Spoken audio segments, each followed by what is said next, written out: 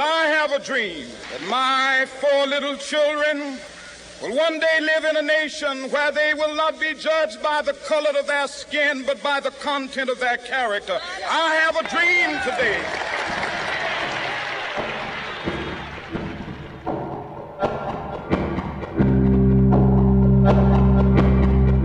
Eu tenho um sonho que meus 4 filhos pequenos, um dia, viverão em uma nação em que não serão julgados pela cor de sua pele, mas pelo teor de seu caráter.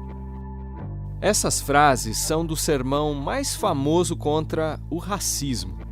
Ele foi proferido pelo pastor batista Martin Luther King Jr. em 1963, quando mais de 200 mil norte-americanos se juntaram à Marcha por Trabalho e Liberdade lá em Washington. O autor dessas declarações conquistou o Prêmio Nobel da Paz, de 1964, aos 35 anos, justamente pelo combate pacífico à desigualdade racial. Sem dúvida, Martin Luther King Jr. é uma das personalidades mais conhecidas em relação à defesa da igualdade e da justiça. Mas outros cristãos também tiveram um papel importante no combate ao racismo. Aliás, ao contrário do que sugere o senso comum, que acredita o sucesso da luta anti-escravista ao iluminismo e ao humanismo secular, o abolicionismo teve, inegavelmente, uma alma cristã. É o que afirmam Davi Boixá e Isaac Malheiros, na matéria de capa da Revista Adventista de junho. Pensando em ampliar um pouco o tema, a gente volta a falar aqui sobre o racismo, esse tema tão sensível e, infelizmente, bastante atual. A Conmebol disse que vai abrir hoje a 7ª investigação por atos racistas contra brasileiros nas competições sul-americanas neste ano. A gente vem acompanhando casos assim acontecendo em jogos da Libertadores, em jogos da Copa Sul-Americana, e a Conmebol finalmente se posicionando, se mexendo um pouquinho, né, para endurecer as punições para esses casos de racismo que vem acontecendo na competição. Lá em Brasília, o plenário do Senado Federal aprovou um projeto de lei que equipara o crime de injúria racial ao crime de racismo. O texto agora vai seguir para análise na Câmara dos Deputados.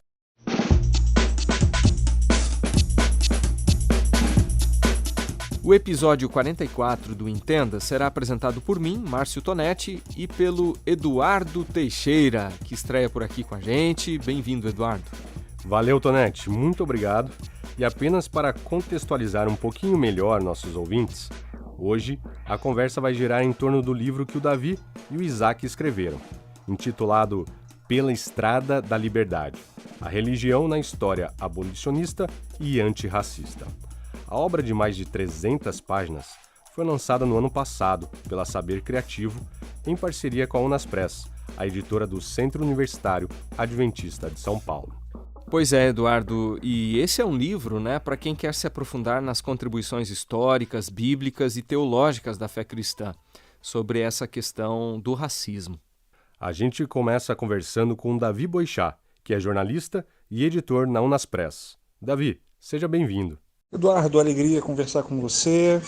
Muito bom participar dessa edição do podcast da Revista Adventista. 2 anos atrás eu ouvi um dos primeiros episódios do podcast da Revista Adventista e o tema foi muito corajoso, uma perspectiva bíblica, uma perspectiva cristã sobre o problema das discriminações raciais, o impacto disso na sociedade, bem como na igreja. Eu achei muito importante a visão de que a igreja tem uma posição e uma contribuição relevante a dar. Isso não é uma novidade, isso não é simplesmente a igreja se envolvendo com as pautas da atualidade, mas é um resgate histórico daquilo que a igreja cristã, e isso inclui a igreja de 27º dia, sempre fizeram. Então, eu gostei muito daquele episódio, certamente ele fez aí parte de alguma forma da composição do Pela Estrada da Liberdade. Davi, conta pra gente como que surgiu a ideia de escrever esse livro a 4 mãos, né? E quais foram as principais motivações de vocês? A ideia do Pela Estrada da Liberdade partiu da necessidade de um material em língua portuguesa que pudesse abordar, pudesse lidar a perspectiva cristã no combate às discriminações raciais. E a gente entende que isso é importante, tanto eu quanto o pastor Isaac Malheiros, porque nós somos um país que passou por 4 séculos de escravidão. Então, as consequências disso fazem parte do nosso tecido social. E pensar sobre como cristãos raciocinaram sobre esse tema é extremamente relevante.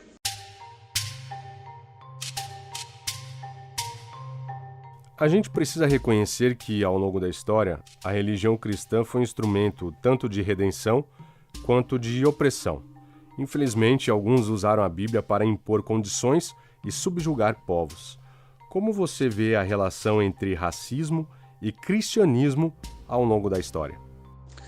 Quando a gente fala sobre a relação entre racismo e cristianismo, é importante nós termos um olhar atento para a história. Por quê? Ela vai comprovar que, sim, o cristianismo e as escrituras foram utilizadas e instrumentalizadas para projetos de poder que levaram muita gente para o cativeiro e que diminuíram a humanidade de negros, indígenas e outras etnias.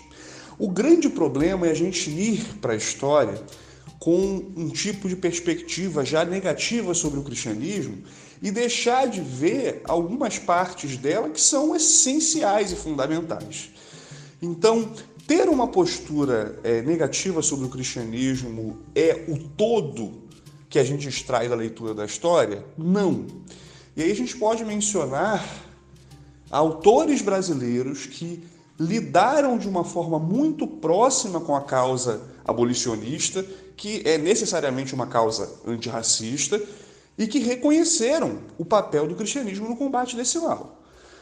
Quando a gente pensa, por exemplo, no abolicionismo do Joaquim Nabuco, essa é uma obra que ele escreveu, nós vamos perceber que esse político, diplomata, enfim, grande intelectual brasileiro, entendia que na Inglaterra, que foi o primeiro país a ter um movimento organizado e efetivamente funcional no combate ao racismo, teve a contribuição absolutamente fundamental da fé. Então, ele chega a comparar que no Brasil o clero não tinha moral para se colocar contra o racismo, uma vez que lucrava com ele. Companhia de Jesus, por exemplo, os jesuítas tinham isenção tributária e entre os seus ganhos estava o tráfico negreiro, durante um grande momento da história. Agora, o grande problema é a gente desconsiderar que houve e existiu o trabalho de Wesley e que esse trabalho de Wesley foi o que de fato inspirou o mundo todo a combater a escravidão e de que o movimento abolicionista inglês foi, sobretudo, um movimento religioso. Se a gente negar isso, a gente vai ter problemas com a historiografia. Então, a melhor postura para entender esse assunto é reconhecer que o cristianismo fez muita besteira, mas que ele também fez e foi essencial para consertar o problema. Então, normalmente, quando a gente vê adventista pensando dessa forma, é interessante a gente até pensar no conceito de remanescente, né? Há uma religião apostatada, mas há sempre um remanescente fiel, normalmente em pequeno número, que está colocando a verdade num momento onde ela é inconveniente, mas que precisa ser obedecida. Como vocês mencionaram lá na matéria de capa da Revista Adventista de junho, quando se trata de cristianismo, parece que a propaganda negativa é mais abundante, né? A ponto de alguns eventos e personagens fundamentais na luta contra a escravidão e o racismo serem praticamente desconhecidos do grande público. Porém, no livro Pela Estrada da Liberdade, vocês procuram contrastar o envolvimento dos cristãos com a escravidão e até a promoção da desigualdade racial com vários exemplos de combate a esse mal. Você poderia trazer mais alguns exemplos positivos aí pra gente? É interessante perceber que cristãos sempre estiveram, no decorrer da história, numa posição de relevância no combate ao racismo.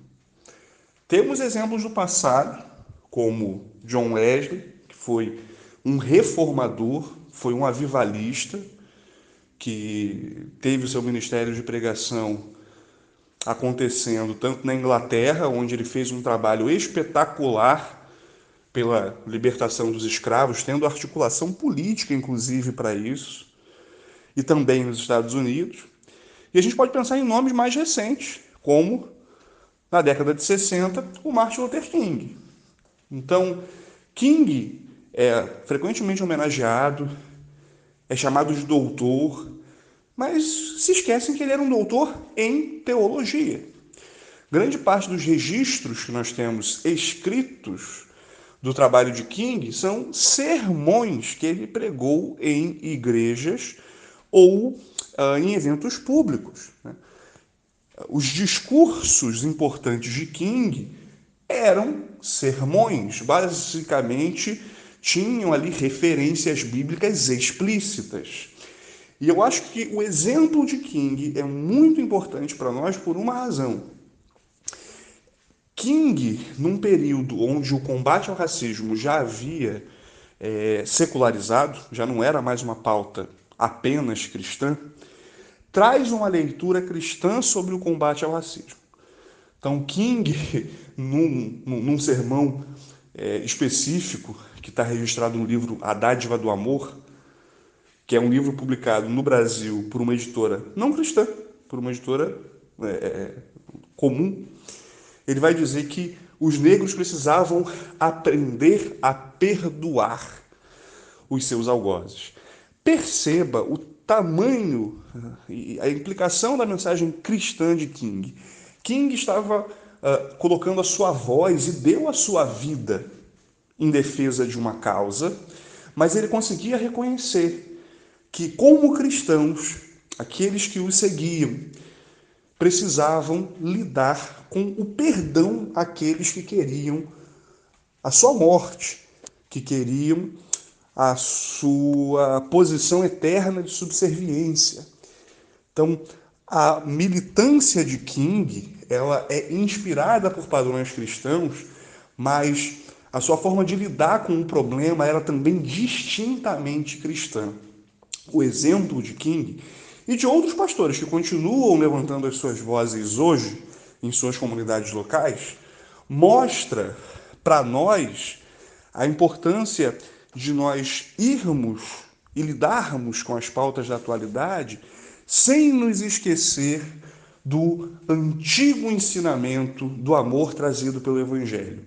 Como lidar com aqueles que nos querem mal, desejando bênção para eles e agindo de modo a abençoá-los. Essa percepção King tinha, ela é bíblica e a gente não vai encontrar nas ideologias. Por isso eu acredito que ter uma leitura cristã sobre esse fenômeno nos leva para mais longe e traz transformações mais positivas e efetivamente verdadeiras no mundo. Mas, por outro lado, figuras como Malcolm X, defensor do nacionalismo negro nos Estados Unidos, assumiram uma postura bastante radical. Que consequências isso trouxe? Esse é um bom exemplo. Eu proponho uma ilustração para iluminar o que eu quero dizer. Vamos supor que você precise ir ao médico. Você tem manifestado alguns sintomas e não sabe o que fazer, não sabe como tratar e, na verdade, para ser bem sincero, você não sabe exatamente o que você tem. Um profissional competente vai fazer o que nessa situação? Ele vai, através do que você está apresentando, encontrar uma explicação razoável e propor o tratamento certo. E propor, como resultado disso, o tratamento adequado. Eu entendo que X, ele falha como um médico para o mal social do racismo pelo fato de ele apenas se ater aos sintomas, mas o tratamento ser muito deletério. Pense você que o tratamento ele precisa ser redentivo, né? Ele precisa resolver o problema. E eu entendo que a visão de X era incapaz de resolver o problema, dentre outras razões, porque ele tinha uma leitura errada acerca da visão do mundo como um todo, né? Ele tinha lentes descalibradas, ele tinha uma cosmovisão ruim. A gente precisa entender o problema do racismo não como uma estrutura social que se impõe, que é extremamente deletéria apenas. A gente precisa entender o racismo como uma das manifestações do pecado no mundo. E é por isso que eu acho interessante contrapor a figura do King e a figura do Michael X. X compreendia que o evangelho era capaz de combater o racismo de uma forma muito efetiva. E por isso a militância de ambos, apesar de tentar resguardar os mesmos direitos, se distinguia de uma forma tão significativa. Eu acho que isso é interessante.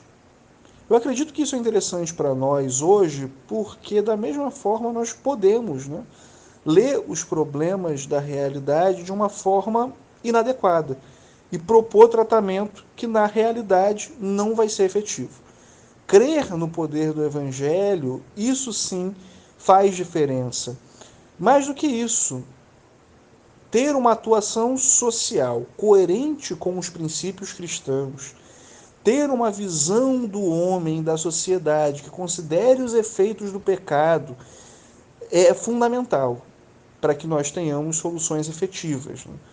Por isso, Michael X não é o melhor dos exemplos para os cristãos, mas, em contrapartida, a gente encontra, né, essa figura na imagem, no legado do Martin Luther King.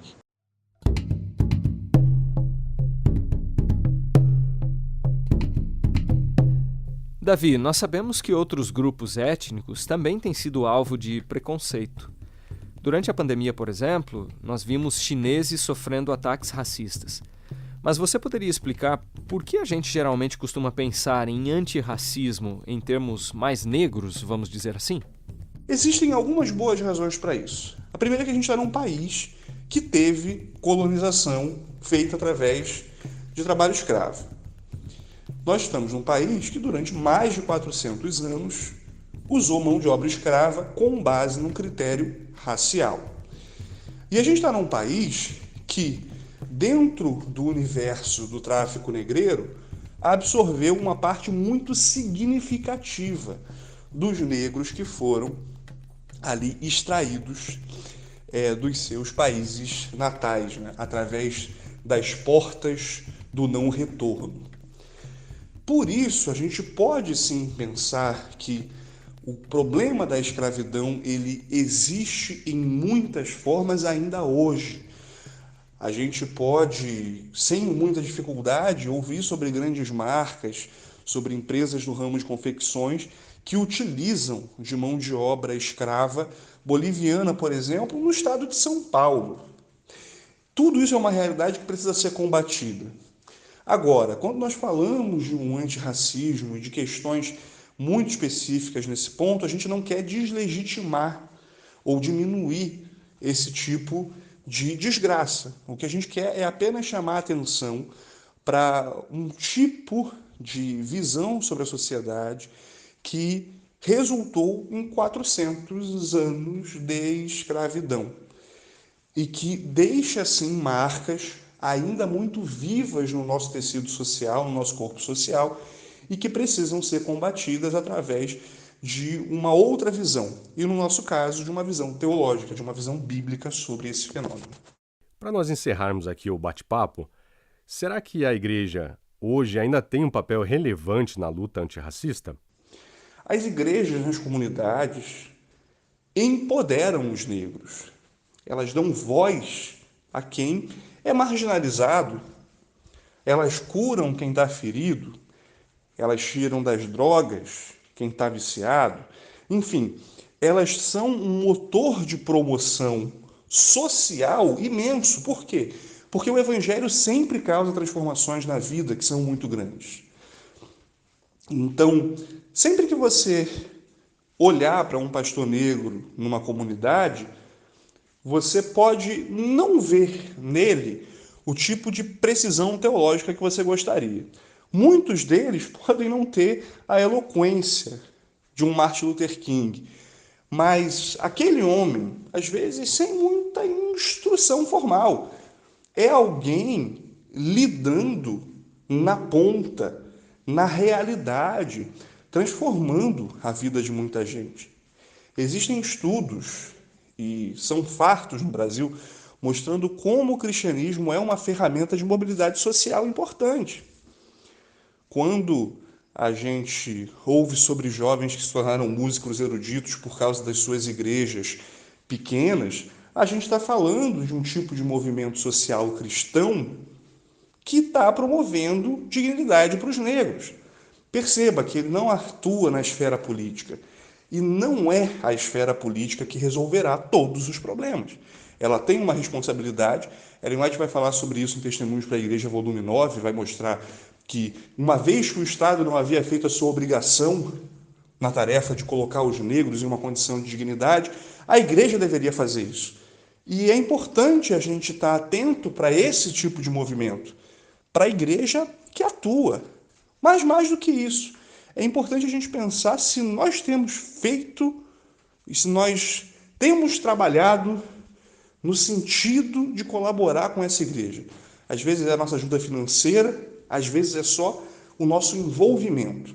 Ele pode fazer coisas grandes. Nós não participamos do abolicionismo, o movimento para os direitos civis é página passada da história, mas ainda hoje há muito o que fazer. Há muito o que fazer na esfera política, sim, mas existe muito o que fazer também com o nosso compromisso e o nosso engajamento individual. Davi, muito obrigado pela sua participação aqui no Entenda. Até uma próxima. Bem, foi uma alegria participar desse podcast com vocês e eu acho que a relevância da gente pensar sobre esse tema vem no sentido de nós compreendermos os impactos que a fé tem transformando esse mundo enquanto nós ainda estamos nele, tornando ele um pouco melhor.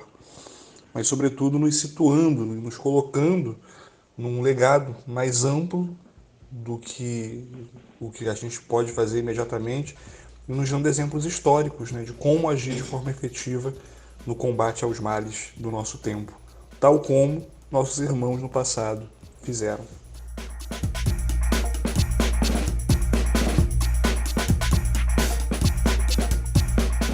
Nossa conversa agora é com Isaac Malheiros, doutor em teologia e coautor do livro que nós citamos há pouco. Isaac, quando começou sua relação com o tema do racismo? Esse tema me pegou na infância. Uma das primeiras obras sérias que eu li na vida foi uma coleção de biografias que meu pai comprou, chamada Vidas Notáveis. Eu tinha uns 11 anos e ali eu conheci a história do Martin Luther King, do pastor, Era uma obra ilustrada com fotos e tudo, e a história e as fotos me impressionaram muito. Ali eu descobri que o racismo era um problema muito sério e foi uma descoberta teórica. Mas depois, ao longo da vida, você vai percebendo a existência do racismo na vida real e vendo que, infelizmente, não é só teoria dos livros de história. E depois eu trabalhei como professor de ensino religioso, já como pastor, dando aulas para o ensino médio da rede adventista. Dei aulas por 17 anos para o ensino médio. Todo ano a gente abordava esse tema com todas as turmas, pelo menos durante 4 semanas ao longo do ano. Então, durante 17 anos, eu fui acumulando informações e desenvolvendo ainda mais interesse nesse tema. Isaac, como sabemos, a visão bíblica não é discriminatória, muito pelo contrário, Ela diz que somos todos iguais, uma vez que fomos feitos à imagem de Deus e temos uma origem comum. Mas como que o texto bíblico foi utilizado ao longo do tempo para justificar o racismo? Bom, existem aí 2 aspectos, O primeiro é importante estudar a Bíblia porque o racismo se apropriou da Bíblia para defender as suas posições. A maldição de Caim, a maldição de Cã, por exemplo, são exemplos de distorções do texto bíblico. Então seria um resgate, a gente precisa resgatar, expor a má leitura, a má interpretação racista e historicamente, reconhecer que existiram 2 teologias opostas. a teologia escravista e a teologia anti-escravista. Dizer que o cristianismo apoiou a escravidão é só uma parte de uma verdade. A outra parte é a que o cristianismo enfrentou a escravidão e foi fundamental para o fim dessa prática como atividade legal. O outro aspecto é que temos que desenvolver positivamente um pensamento antirracista, e a Bíblia defende claramente a dignidade humana nesse sentido. O ser humano criado à imagem e semelhança de Deus, as etnias descendendo de uma origem comum. A Bíblia diz que Deus de um só fez todas as raças dos homens, né, para habitarem sobre a terra. Portanto, nós temos uma origem comum. Somos igualados pela doutrina da criação. E também somos igualados pela redenção. De acordo com Paulo, a graça de Deus se manifestou trazendo salvação a todos os homens. Então não há discriminação. A igreja e o céu são multicoloridos e multiétnicos. A igreja e o céu são realidades onde as pessoas são acolhidas. Que tipo de pessoas? Gente de todos os povos, tribo, língua e nação.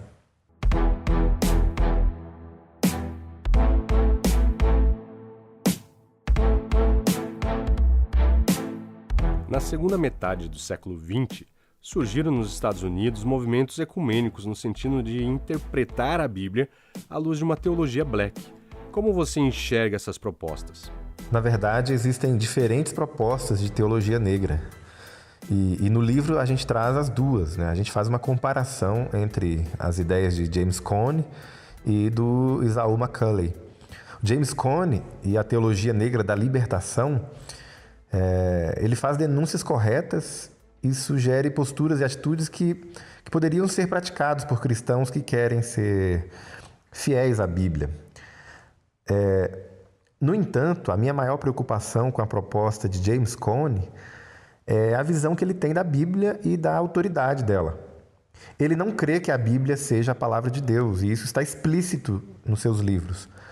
A visão que James Cone tem da Bíblia não é a visão que os adventistas têm, por exemplo, e muitos outros grupos evangélicos e protestantes. A nossa primeira crença fundamental na Igreja Adventista diz que a Bíblia, o Antigo e o Novo Testamento, é a palavra de Deus escrita. Não é que a Bíblia contém a palavra de Deus. Ela é a palavra de Deus escrita, inspirada e infalível. E me preocupa muito o modo como muita gente se depara com essa questão em James Cone, na teologia negra, e simplesmente passa por cima disso como se isso fosse algo sem importância, né? Como se isso não tivesse sérias consequências. A Bíblia é a nossa única regra de fé e prática. A Bíblia era a única regra de fé e prática de muitos pioneiros abolicionistas. Muitos dos grandes nomes da abolição, né, do movimento abolicionista mundial, que eram cristãos, tinham essa visão considerada conservadora ou ortodoxa a respeito da Bíblia. E você não pode rejeitar isso e achar que tudo vai continuar bem, né? Nesse ponto, a posição do Esau McCaulley, que é o outro autor, parece estar mais próxima um pouco do que nós cremos. Ele defende a teologia negra eclesiástica, aquela que você encontra nas igrejas negras históricas, de uma teologia mais conservadora, que vê a Bíblia como inspirada, a palavra de Deus, né? Mas aqui fica uma pergunta: será mesmo necessário rejeitar a autoridade da Bíblia para combater o racismo? Por quê? A história mostra que isso nunca foi necessário. Nem mesmo nos piores períodos, no auge da teologia escravista, ali no século XVIII e XIX, nem mesmo ali os cristãos abolicionistas sugeriram esse tipo de abandono e apostasia. Eles enfrentaram a má teologia como? Com a boa teologia. A teologia escravista é uma teologia que coloca a experiência humana, a identidade, né, a identidade do homem branco, europeu, anglo-saxão, acima do texto. A teologia escravista rejeita a autoridade do texto. Portanto, a solução não pode ser uma outra rejeição do texto no sentido contrário. Tem que ser uma reafirmação do texto, acima da minha experiência. Nós não negamos a experiência do estudante da Bíblia, a gente coloca a experiência abaixo das Escrituras. É só isso. Se não for assim, como é que eu poderia criticar a teologia nazista, por exemplo? A teologia ariana, do cristianismo positivo? Ou a teologia da Ku Klux Klan, ali dos Estados Unidos? São teologias identitárias também. Elas colocam a experiência do leitor da Bíblia acima do texto. Então, o mais seguro é fazer um esforço hermenêutico para submeter a experiência, a identidade, a autoridade do texto. É difícil, eu sei, mas vale o esforço. E o texto faz declarações inequívocas, a coisa não é tão aberta e subjetiva como imaginamos, né? A gente tem que combater o racismo ouvindo o texto e não desconstruindo o texto bíblico. E na minha avaliação, a proposta de James Cone da teologia negra é de desconstrução. Uma evidência disso é essa questão da Bíblia Negro Bible ou Slave Bible. Era a edição da Bíblia que os escravistas fizeram para os escravizados. Era uma Bíblia deformada, cheia de textos amputados, omitidos.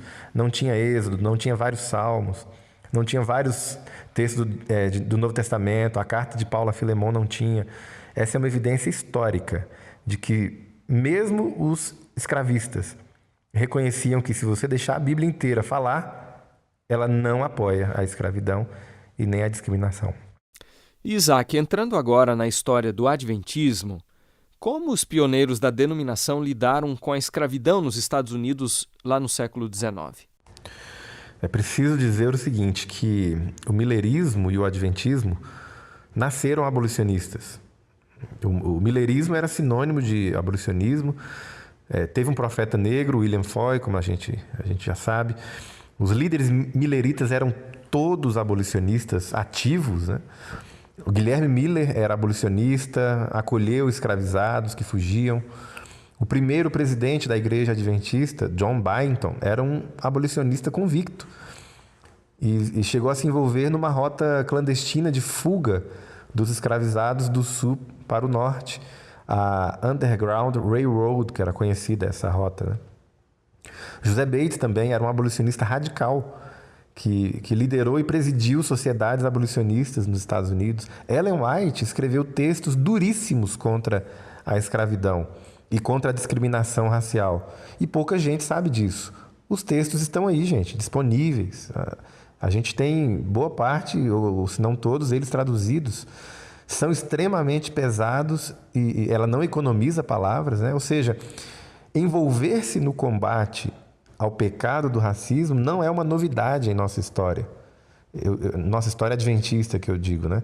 Não é um desvio de rota, é um retorno às nossas raízes. É um retorno ao berço onde nascemos. Isso é ser adventista raiz. A gente pode se inspirar nesses heróis, mulheres e homens que não se omitiram, e isso pode nos ajudar hoje a balizar nosso envolvimento. Porque não é válido qualquer tipo de envolvimento. Você não pode simplesmente fazer coro aos ativistas que negam a autoridade da Bíblia como se isso fosse uma condição necessária para a luta contra a discriminação, a luta antirracista. Não é, nunca foi, e os nossos pioneiros mostram isso. Nós temos heróis em nossa história, heróis melhores, mais fiéis a Deus e por isso mais admiráveis. Ellen White recomendou a desobediência civil no caso da lei do escravo fugitivo. Ou seja, se você encontrasse um escravizado que estava fugindo, a lei dizia que você deveria dar um jeito de devolver essa pessoa ao seu suposto dono, né? Dono entre aspas aqui. Então Ellen White e vários outros pioneiros defenderam a desobediência dessa lei e que os adventistas arcassem com as consequências. Ela inclusive disse que quem manifestasse simpatia à escravidão deveria ter o nome removido da igreja, porque a igreja não deveria compactuar com quem pensasse assim. O adventismo foi pioneiro também na educação dos negros recém-libertos, com o trabalho do filho dela, especialmente, o Edson White, e com a fundação da Universidade Oakwood. E mesmo assim, Ellen White não parecia satisfeita com o que os adventistas estavam fazendo. Ela queria mais. E os textos dela deixam isso claro, né? Muita coisa estava sendo realizada, ela reconhece, mas ela queria uma obra mais ampla e de longa duração a favor da comunidade negra. Encerrando aqui a sua participação, por que é tão importante a gente não perder de vista a história? É importante conhecer a nossa história com todas as ambiguidades e contradições, e isso por vários motivos. Primeiro, a gente precisa reconhecer que houve falhas e acertos. Não houve só falhas e também não houve só acertos. Muitas vezes nós adotamos uma postura crítica com relação à igreja, falamos mal da igreja, historicamente, né, e até no presente, porque nos demoramos muito nas falhas dela. Existem motivos de vergonha em nossa história e precisamos aprender com os nossos erros, né, para não repetir esses erros. No entanto, existem capítulos maravilhosos em nossa história. O cristianismo não pode ser reduzido, gente, a cruzadas, inquisição, caça às bruxas e o apoio à escravidão. A igreja, ela é o corpo de Cristo e é muito fácil verificar na história como a igreja tem sido uma bênção para a humanidade, em várias áreas. Na educação, desenvolvimento da ciência, das universidades, hospitais, nas obras de caridade. A igreja foi pioneira no combate ao infanticídio, por exemplo, no Império Romano. A valorização de mulheres e crianças, e também no combate à escravidão, à discriminação. A alma do abolicionismo ocidental foi cristã, isso é inegável, apesar de ser um dado histórico pouco explorado. Pouca gente sabe, por exemplo, quem foi William Wilberforce. Quase ninguém conhece a seita de Clapham, o grupo, né, do Wilberforce, o grupo mais importante do abolicionismo inglês. Todos eram crentes. E pouca gente sabe que John Wesley, o fundador, o pai do metodismo, foi um importante abolicionista, o influenciador do Wilberforce. Quase ninguém sabe também que os Quakers, protestantes radicais, foram os pioneiros na luta abolicionista mundial. Isso não é sequer mencionado nas escolas. Nós temos um problema de historiografia, então. Parece que dá mais audiência simplesmente falar mal da igreja o tempo todo, né? A moda iluminista. E o jovem crente, ele é treinado a falar mal da igreja para parecer mais inteligente. É quase uma senha, um chibolete acadêmico. E, no entanto, se tudo que você tem para falar da igreja é crítica, isso não é informação, é difamação. E nenhum cristão deveria se sentir chamado a difamar a esposa de Jesus e falar mal daquela por quem ele morreu, né? A autocrítica é uma coisa, difamação é outra. Esse é um ponto. Outro ponto é que a história mostra o potencial da igreja na luta abolicionista e antirracista. Ou seja, a igreja já demonstrou ser uma grande potência nessa área. Grandes líderes e grandes organizações abolicionistas e antirracistas eram cristãos, motivados pela fé, usavam a Bíblia como argumento.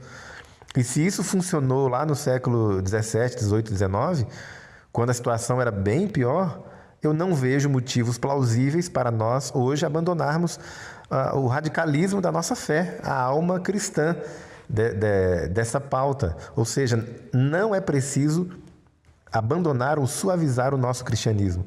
A gente precisa ser mais cristão, não menos cristão. Mais fiéis à Bíblia e não menos fiéis à Bíblia. Isaac, muito obrigado também aqui pela entrevista e parabéns aí pelo livro. Então é isso, eu gostaria de agradecer a oportunidade de participar do podcast e convidar o pessoal a ler a matéria que está ali na revista de junho, né, na revista Adventista, e também dar uma olhada na nossa pesquisa. Foi um prazer estar aqui com vocês, conversando. Sugerir, incentivar o pessoal a se aprofundar nesse tema. Faz parte da nossa herança, faz parte da nossa história e vale a pena a gente conhecer mais sobre isso, tá bom? Um abraço.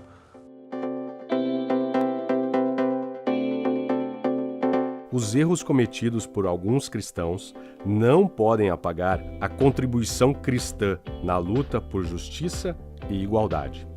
É verdade, Eduardo. Manter a fé nos ensinamentos bíblicos, reconhecendo a Bíblia como a palavra de Deus, né? Contribuiu em tempos passados turbulentos e ajuda ainda hoje. Não se trata de a gente apagar os feitos errados, mas sim fazer uma autocrítica e reconhecer o papel que a igreja teve e que deve continuar tendo na promoção da dignidade de todas as pessoas.